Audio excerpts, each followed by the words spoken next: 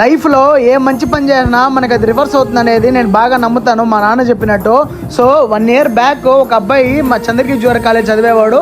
So మన ఇంట్లో బాగా తమ్ముడు లెక్క ఉండేవాడు నాకు. సో ఆ అబ్బాయి 1 year అయిపోయింది వెళ్ళిపోయి.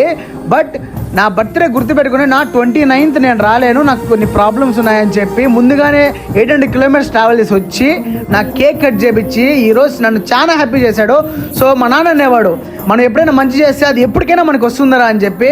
ఒక్క నిమిషం నాకేం అర్థం కాల, కళ్ళలో నీళ్ళు వచ్చాయి. నేను అనుకున్నాను నన్ను మర్చిపోయింటావని, కానీ నువ్వు 800 kilometers ట్రావెల్ చేసి వచ్చి కేక్ తాకపోయినా పర్వాలేదు ఉండొచ్చు, కానీ బట్ నువ్వు నా కోసం అన్నాను వచ్చావు కదా. సో దీనికే నేను చాలా థ్యాంక్స్ బా. సో నా బర్త్డే 29th, కానీ నా బర్త్డేకి వీళ్ళు ఉండరు అనేసి సో ఇప్పుడు వచ్చి నాకు బర్త్డే చేశారు.